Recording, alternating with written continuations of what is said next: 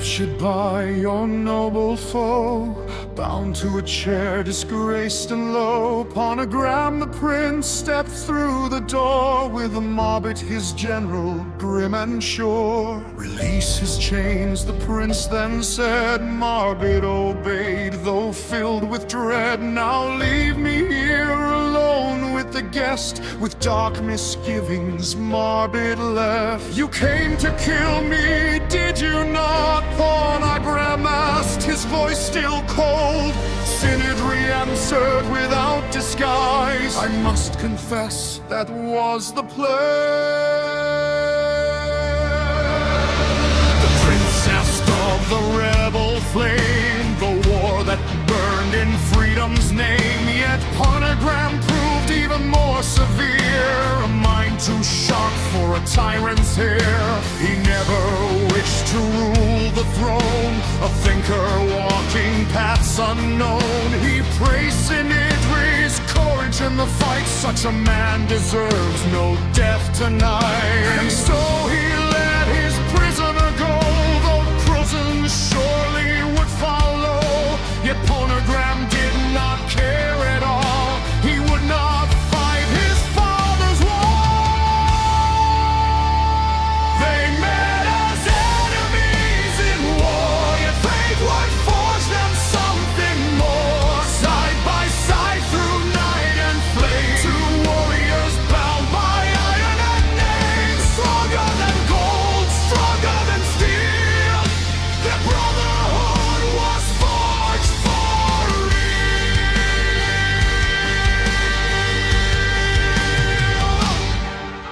Sinidri returned and claimed the guns, the forbidden weapons one by one. Soon the king's proud armies fell, broken beneath the rebellion's spell. They laid down arms and marched away. Westland rose that very day. The colonies stood free at last, the chains of empire torn and cast. Years would pass and fate decreed. Sindri rose to presidency, a capital city he began to raise, while curbing the power of wealth and sway. But far away in eastern lands, King Sander brought his revenge.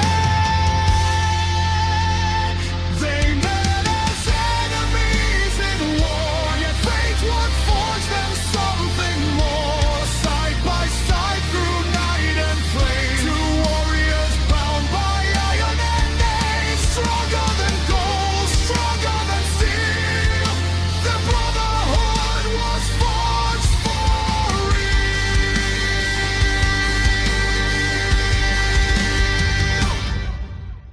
Prince Summer marched with iron might, the capital fell in the fight.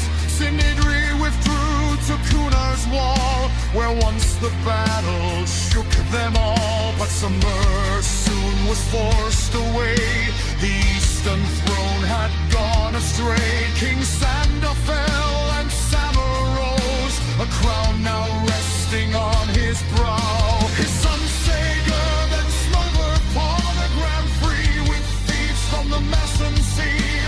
They sailed him west through shadowed land, to sell him to Westland rebel hand. They met as enemies in war, yet fate would forge them something more. Side by side through night and flame, two warriors bound by iron and names. Stronger than gold, stronger than steel, their brotherhood was forged for real.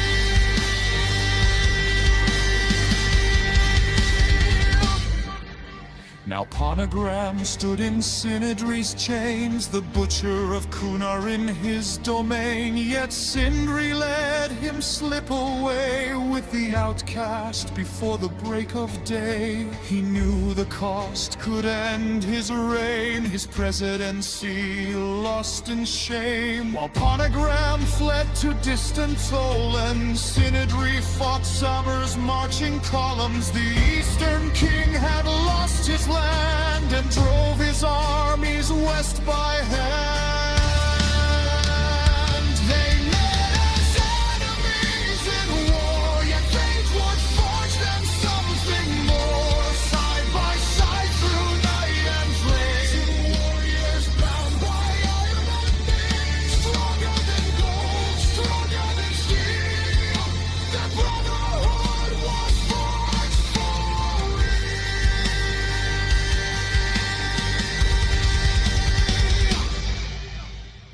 Ponagram returned at last. The tide of war was turned at last. Machines of flight he had designed, iron wings to rule the sky. Together they crushed Samer's might, his army shattered in their flight. Samer himself lay torn and weak, bleeding in a surgeon's keep.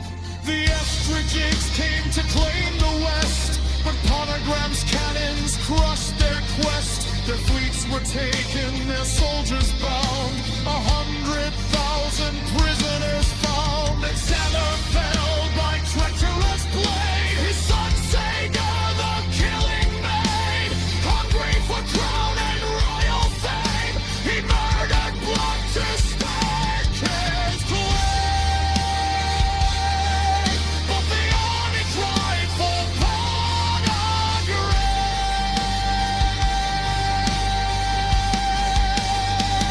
Their hero fought in war and flame. Yet Sinidri placed the crown that day upon the prince who'd lost his way. The boy who once could never see.